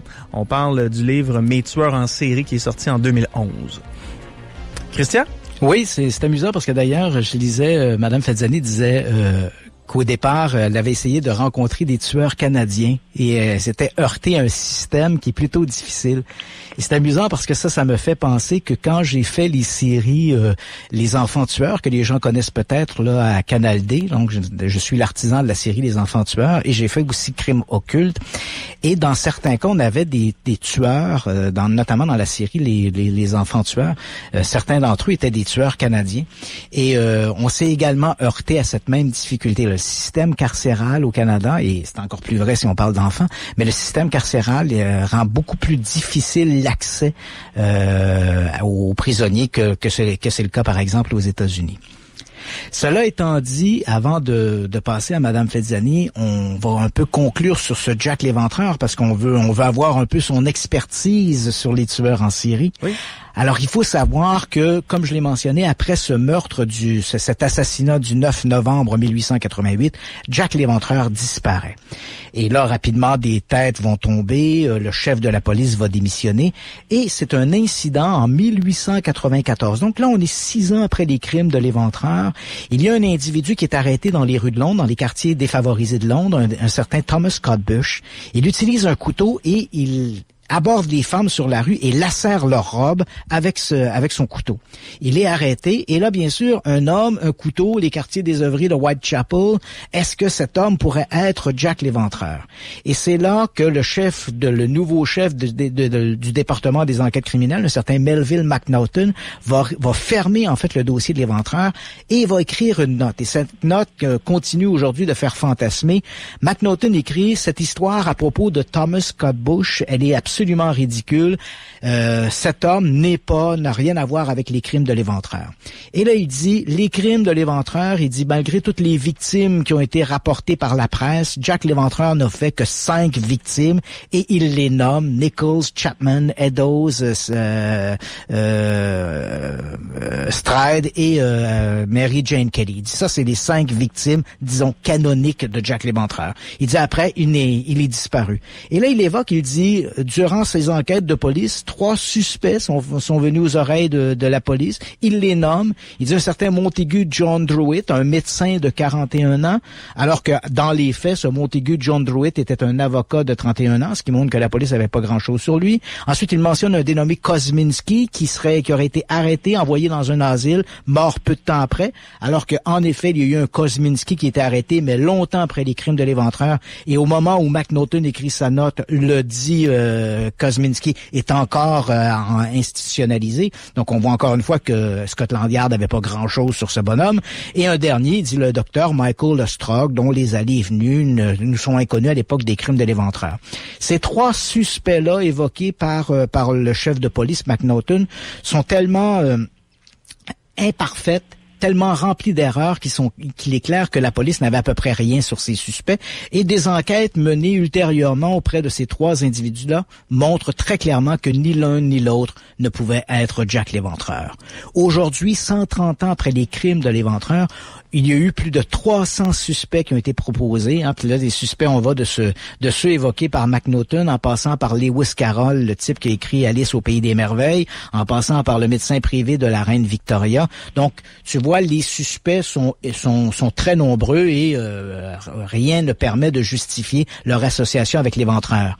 Patricia Cornwell, la célèbre écrivaine de romans policiers, dit avoir dépensé il y a quelques années quelque chose comme 6 millions de ses propres deniers pour enquêter sur l'Éventreur et elle arrive à la conclusion que c'était un peintre victorien du nom de Walter Sickett qui aurait commis ces crimes et elle dit avoir une preuve ADN. Le problème, c'est que ce n'est pas vraiment une preuve ADN, c'est une preuve de mtDNA, l'ADN mitochondrial, et elle a utilisé pour ça la fameuse enveloppe qui contenait la lettre écrite à l'encre rouge et qui a été signée Jack l'Éventreur, alors que l'on sait que cette lettre a visiblement été écrite par par un journaliste qui s'appelait T.J. Bulling. Donc, on est complètement aux côtés de la plaque.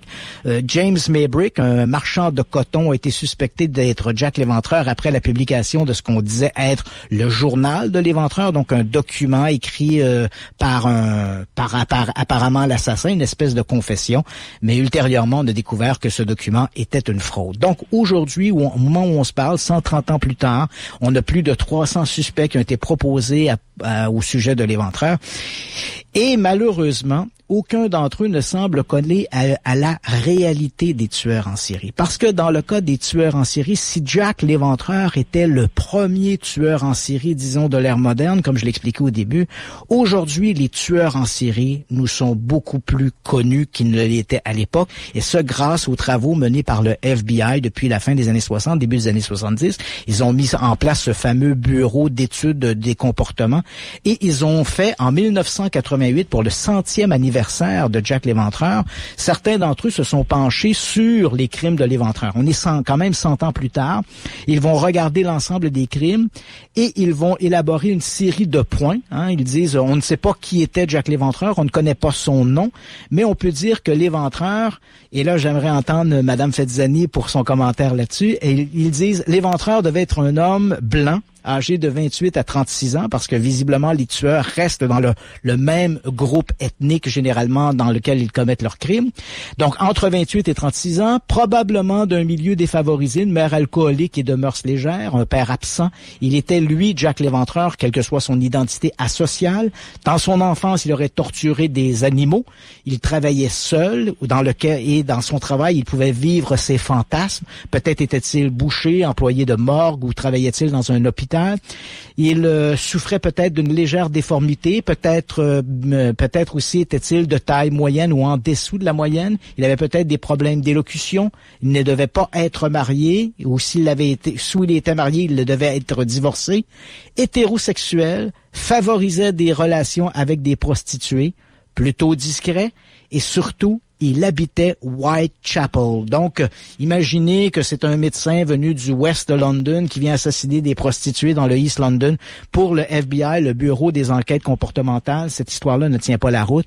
Et à la toute fin, ils disent, Jack l'Éventreur ne s'est pas suicidé. Si Jack l'Éventreur a cessé de commettre des crimes, s'il est disparu soudainement, c'est ou bien parce qu'il est mort, ou bien il a été arrêté, incarcéré pour d'autres crimes, et il a emporté avec lui le secret de son identité, ou encore a-t-il changé d'endroit pour commettre ses crimes. Et là, j'en reviens à Madame Fezzani, mes tueurs en série, vous avez rencontré plusieurs tueurs, dont notamment, parmi les plus célèbres, Arthur Shawcross et Richard Cottingham. Curieusement, ces deux tueurs ont été aussi des tueurs de prostituées. Jack l'Éventreur était-il comparable à ces tueurs? C'est difficile pour moi de répondre à cette question parce que, évidemment, j'ai pas eu la chance d'interviewer Jack l'Éventreur, donc je peux pas vraiment savoir d'où il vient. Par contre, c'est sûr que les deux que j'ai interviewés, ils démendraient leurs victimes, ou au moins certaines victimes, mais encore là, ils ont des profils différents.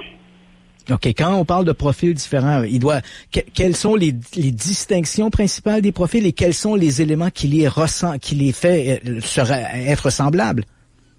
Bon, eh bien, les événements semblables étaient que les deux tuaient des prostituées. Par contre, Richard Cottingham était un père de famille. Il était marié, il avait des enfants, il avait une carrière très stable. Joel Rifkin, par contre, lui, était célibataire. Il y avait beaucoup de problèmes de comportement. Il était adopté. Son père l'a rejeté pendant toute sa vie. Donc c'est ça, ils ont deux profils vraiment différents. Mais est-ce qu'on retrouve, par exemple, on entend souvent l'expression dire, tous les psychopathes ne sont pas des tueurs en série, mais tous les tueurs en série sont des psychopathes. Est-ce que ça, c'est une vérité? Je dirais que oui, mais il y a aussi les sociopathes. Donc, il y a les psychopathes. La majorité des psychopathes ne sont pas des tueurs en série, effectivement. Donc, les tueurs en série sont des gens qui ont passé à travers une vie difficile, du moins la majorité. Mais encore là, de dire que c'est une vie difficile dépend des profils. Donc, ce que je veux dire par là, c'est que, par exemple, Keith Jesperson était un Canadien qui a déménagé aux États-Unis alors qu'il était encore jeune. Lui, son problème, c'était que son père le traitait différemment de ses sœurs et ses frères. Donc, il a grandi en se sentant toujours rejeté. Mais ça l'a développé quand même une grande haine en dedans de lui. Tandis qu'il y en a d'autres qui ont été abusés sexuellement, battus toute leur vie. Donc, c'est ça. Plusieurs personnes ont des profils différents, mais on voit que, bon, ça en vient au même résultat. Oui, quand on regarde des gens comme Cottingham ou Shawcross, est-ce qu'on peut dire dans ces cas-là, parce que bon, ce sont deux tueurs qui s'en sont principalement pris à des prostituées. Là, je rappelle que Shawcross, d'ailleurs, a un passé particulier parce qu'il a d'abord été arrêté pour avoir assassiné 2 enfants, un garçon et une fillette. Il a agressé sexuellement la fillette avant de la tuer. Il a été incarcéré pendant quelques années, a bénéficié d'une libération conditionnelle et ensuite, il s'en est pris aux prostituées. C'est c'est un parcours particulier. Dans le cas de Cottingham, qui était baptisé par exemple le Torso Killer, il a été reconnu de 5 assassinats de prostituées, mais il a déclaré derrière les barreaux qu'il en avait peut-être tué jusqu'à 100 prostituées. Là. Donc c'est ce qui ferait de lui l'un des tueurs en série les plus prolifiques de l'histoire du 20e siècle. Est-ce que ces gens-là avaient connu une enfance? Bien sûr, il y a des différences, mais est-ce que ces gens-là venaient de milieux défavorisés, par exemple? Et est-ce que ces gens-là avaient, dans leur enfance, comme le soutient le profil du FBI, fait preuve de violence envers des animaux ou encore envers des collègues de classe ou des enfants du quartier? Donc, Cottingham ne s'est pas ouvert sur son enfance. Donc, je sais qu'il vivait avec sa mère, ses sœurs, mais il n'a pas beaucoup parlé de son père. Mais financièrement, et de ce qu'il m'a dit, ils avaient l'air d'une famille très normale. Et Rifkin, c'est la même chose. Ils avaient l'air financièrement d'une famille normale. Ils vivaient dans une maison. La différence, c'est que vraiment, il était adopté. Puis ça, je le dis parce que ça fait quand même une différence. Rifkin, était adopté, et puis il y avait de la difficulté à se faire accepter à l'école. Ah oui, une chose aussi est que la famille de Rifkin avait peut-être un budget normal, mais il manquait peut-être un peu d'argent pour lui acheter du linge qui paraissait bien. Donc, il y avait des pantalons trop courts, il est quand même très grand, pantalons trop courts, du linge pas à la mode, et donc il se faisait beaucoup harceler à l'école. Et puis, sa haine est partie de là. OK. Et dans le cas de Shawcross, par exemple, est-ce qu'on peut dire qu'il a connu une enfance chaotique? De quel milieu vient-il? Si on croit ce qu'il dit, évidemment, effectivement, il a passé par des abus sexuels, viols, sa mère le maltraitait, l'abusait sexuellement. Donc oui, effectivement, il a passé par une enfance très, très difficile. Okay. Je sais que vous avez rencontré face à face Cottingham, entre autres. Est-ce qu'il vous a expliqué quelle était un peu sa motivation? Bon, on peut toujours imaginer qu'on va démembrer un corps dans le but éventuellement de s'en débarrasser plus aisément. Mais dans le cas de Cottingham, est-ce qu'il tirait un plaisir dans le démembrement de ses victimes? Définitivement. Lui, il le faisait pour la sensation de power, de contrôle, mais aussi pour le plaisir. Et puis, il le dit ouvertement. Donc, lui, ce qu'il aimait, c'était de voir jusqu'à quel point il pouvait pousser ses victimes à faire ce qu'il voulait. Et puis, quand il en arrivait à la fin de la soirée, par exemple, il voulait jamais les laisser partir parce que, c'était trop risqué pour lui. Alors, il les tuait. Mais son plaisir, c'était vraiment de contrôler ses victimes. Mm-hmm. Quand on regarde dans le cas de l'éventreur, les policiers ça n'a pas bien fonctionné, là, les policiers faisaient circuler, par exemple, dans les rues de Whitechapel, des espèces de missives en disant aux femmes, ne vous isolez pas, n'allez pas dans des endroits mal éclairés parce que vous risquez de tomber sous la main de Jack l'Éventreur. Bon, on comprend que c'est un peu ambigu, comme si on s'adonne à la prostitution, ce sont là des règles qui sont un petit peu difficiles à respecter. Est-ce que dans le cas, par exemple, de Shawcross ou dans le cas de Cottingham, est-ce qu'on peut dire que, comme leurs victimes étaient des prostituées, est-ce que c'était des victimes est-ce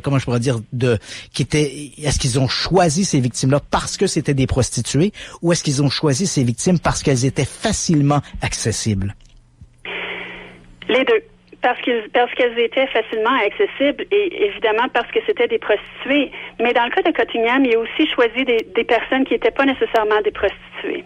Mais oui, la majorité de ces victimes étaient effectivement des prostituées. Donc, elles sont faciles d'approche, évidemment. Les personnes sont habituées de savoir que, bon, la prostituée n'est pas nécessairement où elle devrait être. Elle est probablement occupée. Ils sont habitués de pas nécessairement avoir de nouvelles d'elle. Et aussi, plusieurs d'entre elles n'ont pas de contact avec leur famille. Donc, ça en fait des victimes très faciles.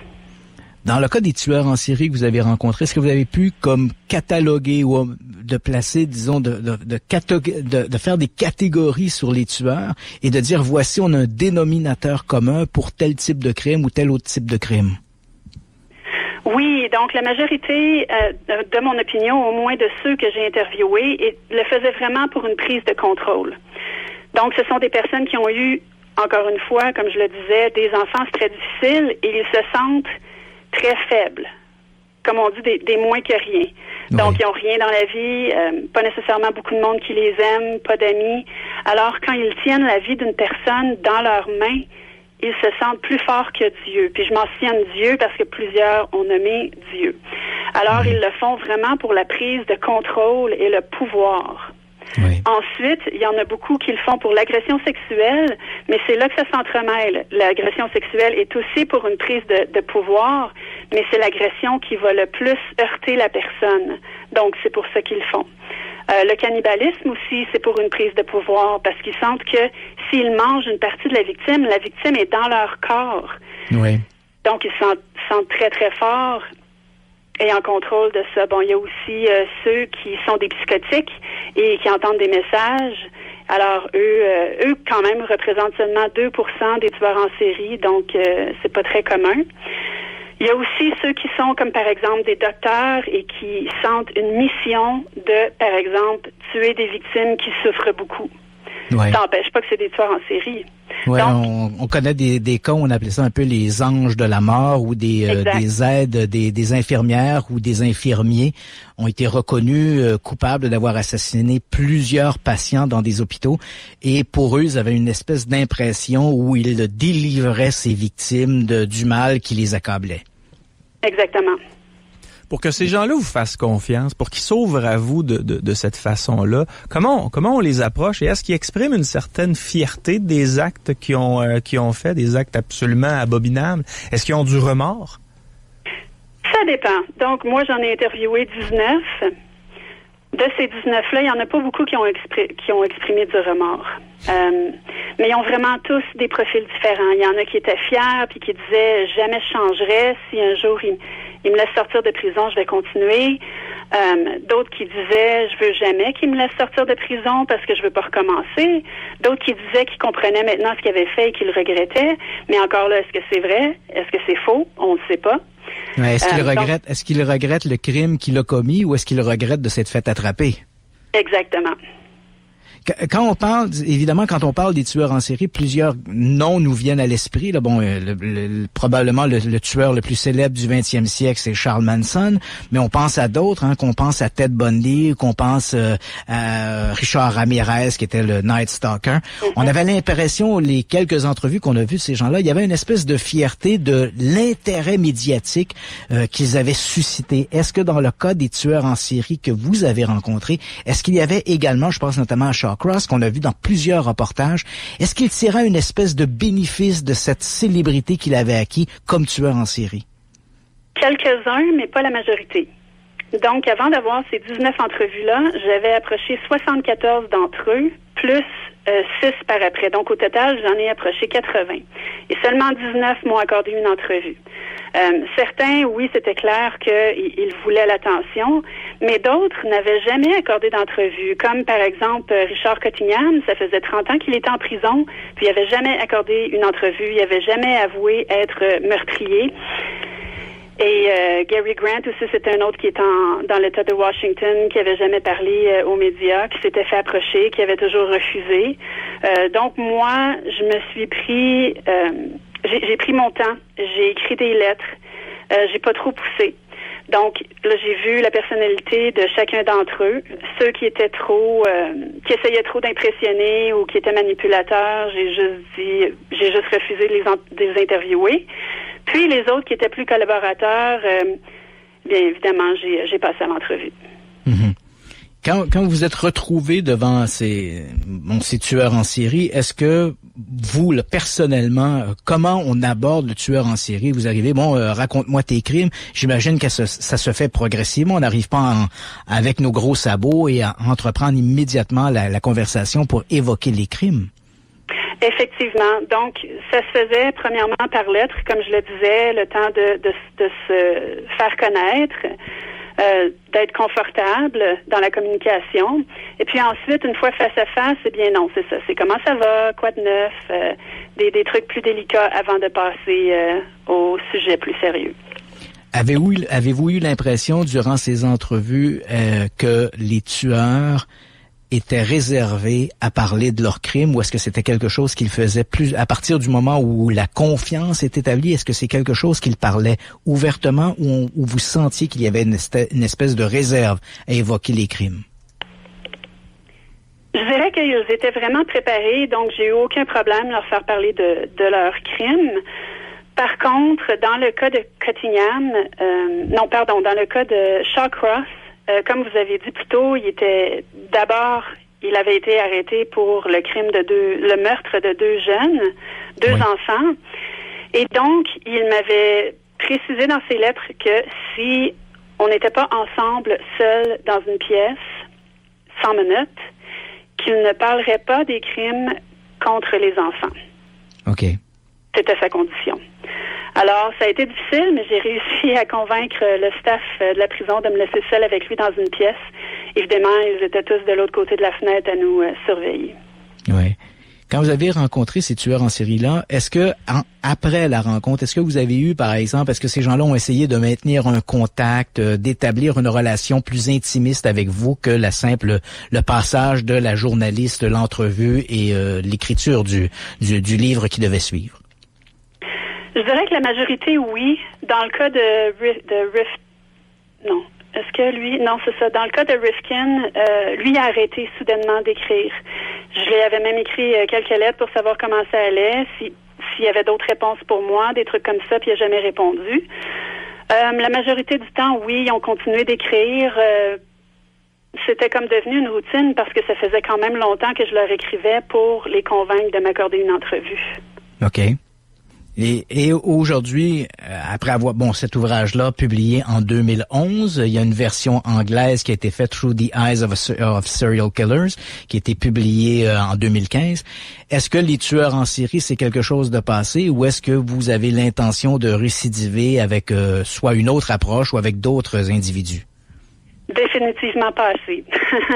J'ai eu des offres pour faire des documentaires, des films, des trucs comme ça, mais le temps que j'ai passé à faire ça à temps plein, et même plus qu'à temps plein, là, des journées de 14-16 heures par jour à lire là-dessus, étudier le sujet, interviewer des gens, tout ça, des spécialistes. Après 4 ans, là, j'en ai eu assez.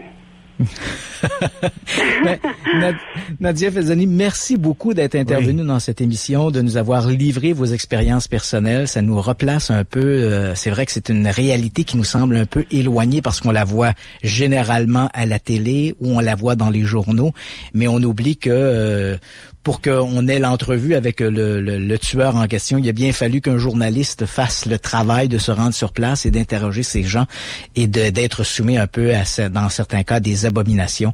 Merci beaucoup de votre participation. C'est moi qui vous remercie. Bonne soirée. Madame Felzani, juste avant de quitter, est-ce que votre livre est sorti? Parce que la dernière fois qu'on s'était parlé sur les ondes de Radio X, vous m'aviez dit que vous faisiez un livre sur les super-héros. Je vois que la version anglaise est sortie. La version française, est-ce qu'elle est sortie aussi? Oui, la version française est sortie. Donc, c'est ça, ça a été un livre traduit en anglais, comme vous l'avez dit. Ça fait quand même quelques années. Oui. Donc, j'étais aux États-Unis. J'ai dû aller à Montréal pour faire quelques entrevues, mais j'avais pas eu autant de temps que pour le livre des tueurs en série. Donc, ça a été moins médiatisé. Donc, c'est possible de l'acheter sur votre site nadiafelzani.com? Je mets le lien sur Amazon. Parfait. Mais oui, sûrement sur Internet, vous pouvez le trouver. Merci beaucoup. Merci à vous. Merci. Nadia Fezzani. Wow, quel auteur! Oui. Est-ce que tu aurais eu ce courage-là, toi, d'aller interviewer des tueurs en série seul à seul, dans une pièce sombre d'un pénitencier quelconque aux États-Unis? Ben, c'est sûr que dans le cas des tueurs en série, dans lorsqu'on a fait le truc sur les enfants assassins, oui. J'ai eu la chance d'en rencontrer. Ben, j'ai eu la chance entre guillemets. On met ça entre guillemets, bien sûr. Mais j'ai rencontré quelques-uns de ces tueurs-là. Bon, évidemment, on parle ici d'adolescents et on est loin du tueur en série. Mais c'est sûr que se retrouver là, dans une pièce avec, je sais pas, Charles Manson ou Richard Ramirez, le Night Stalker, c'est sûr que ça doit être quelque chose de particulièrement troublant quand on connaît les crimes que ces gens-là ont commis. Puis tu sais, comme on mentionnait, certains de ces tueurs-là ont acquis une notoriété. Je pense notamment à Charles Manson. Manson, tu sais que il évitait d'écrire ou de signer des autographes parce qu'il connaissait sa valeur marchande. Il savait que s'il signait une lettre, s'il signait une photographie, parce qu'il y a toute une sorte une adulation macabre, disons ça comme ça. Donc, il y a des gens qui sont à ce point fascinés parce que c'est vrai qu'on est fasciné par les tueurs en série. Et l'une des raisons pour lesquelles on est fasciné pour les tueurs, dans le cas de Jack l'Éventreur, bien sûr, on ne connaît pas l'identité de l'assassin. Donc, c'est sûr que ça vient ajouter, c'est un élément supplémentaire. Mais on est fasciné par les tueurs en série pour la raison, je me rappelle, j'avais eu cette conversation, je m'étais rendu au FBI, l'un des spécialistes du FBI qui avait enquêté sur les crimes occultes, avait accepté de me recevoir, donc un type qui s'appelle Kenneth Lanning. Je me retrouve avec lui et je lui pose la question, pourquoi est-ce qu'on est si fasciné par les tueurs en série? Mais je parle ici d'une fascination saine, une curiosité. Ouais. Il me dit, parce que dans le cas des tueurs en série, si tu lis dans la presse, par exemple, que le voisin a assassiné sa femme parce que il l'avait surpris en plein adultère, sans dire que toi, tu aurais commis le même geste, tu es quand même capable de te placer dans cette situation. C'est quelque chose de éventuellement comprenable. Mais quand tu lis le récit d'un tueur en série, par exemple, comme Richard Ramirez, qui assassinait des gens, ça donnait à la nécrophilie, mutilait ses victimes, là, on est réellement dans un récit, entre guillemets, out of this world. Là, tu as l'impression de lire quelque chose pour laquelle toi, tu es incapable de te placer dans ce contexte-là. Et c'est justement cette absence de relation que tu peux avoir, heureusement, pour la plupart d'entre nous, avec des crimes aussi sordides, qui les rend aussi intéressants, entre guillemets, aussi fascinants pour le public. C'est vraiment quelque chose presque, c'est un peu comme si on lisait un compte-rendu qui a été écrit sur une autre planète avec des extraterrestres. Et c'est un peu ce qui suscite notre curiosité par rapport à ça. Mais bien sûr, t'as à l'autre extrême des gens qui vont développer une adulation pour les tueurs. Et on le sait, par exemple, dans le cas de Richard Ramirez, des jeunes femmes se présentaient au pénitencier, elles espéraient rencontrer Richard Ramirez, elles leur envoyaient leurs sous-vêtements, étaient de véritables groupies. Ces tueurs en série, pour elles, plutôt, ces tueurs en série étaient devenus des espèces d'artistes comme des superstars. Et là, il se développe une adulation autour de ces tueurs-là qui est un peu malsaine.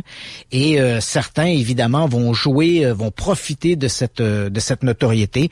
On pense, par exemple, justement, j'ai évoqué à plusieurs reprises Richard Ramirez ou Charles Manson, mais Theodore Bundy aussi était un peu de cet acabit. Il adorait la couverture que les médias leur donnaient. Et bien sûr, pouvaient évaluer leur valeur marchande, si je puis dire.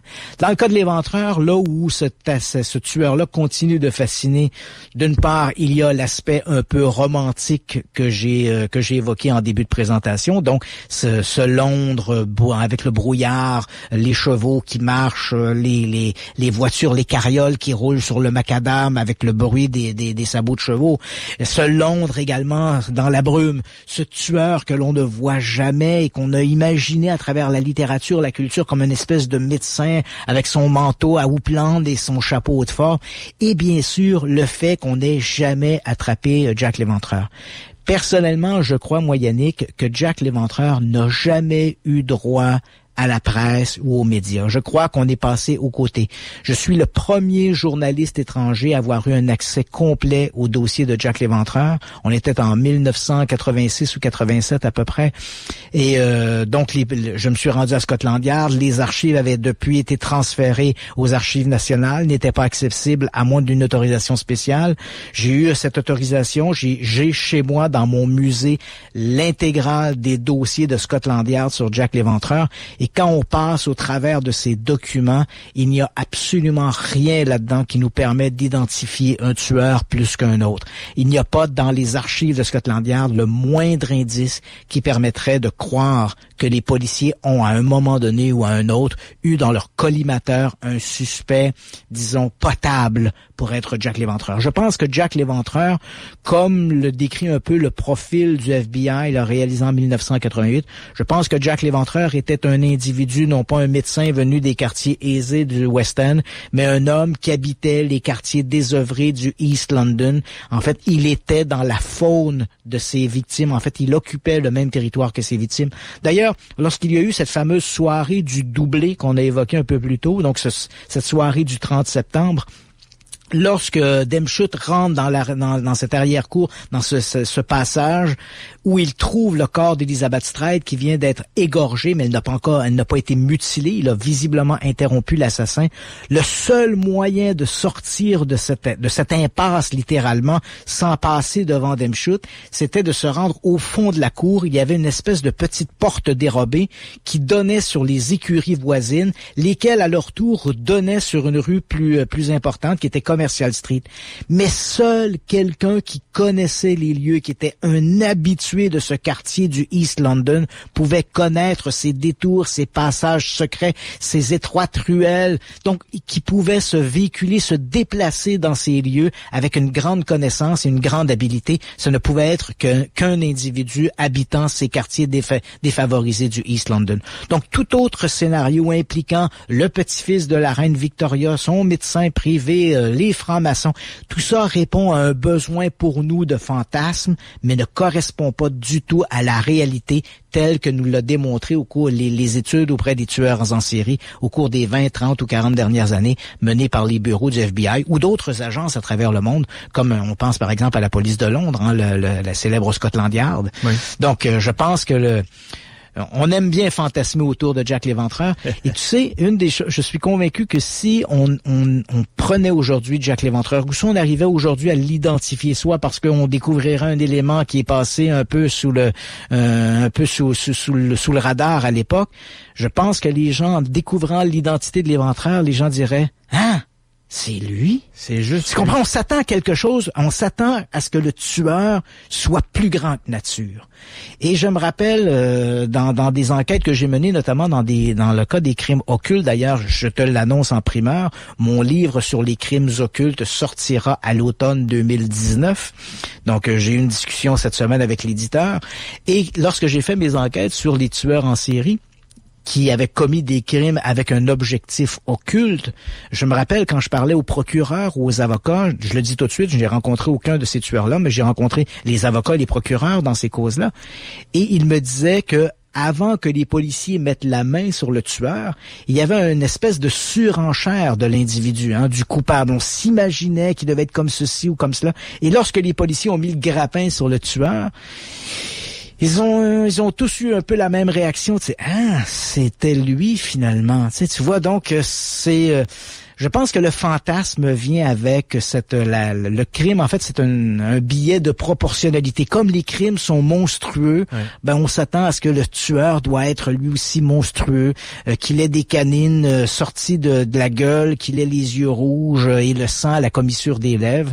Et là, quand on découvre que finalement c'est un père de famille, un employé d'usine, on est un peu surpris. Même à la rigueur, on est même un peu déçu. Peut-être même un beau bonhomme comme Christian Page. Qui sait? On fait une courte pause, on vient. Radio X Files. Radio X. Christian, on est déjà rendu au dernier segment. Peut-être prendre certaines questions des auditeurs. Oui. Première question. Je voulais simplement, écoute, il y a une petite chose que je voulais dire. C'est amusant parce que quand on écoutait Mme Falzani qui parlait des tueurs en série, elle a évoqué les tueurs cannibales. Oui. Elle dit c'est amusant. C'est amusant. On met toujours ça entre guillemets.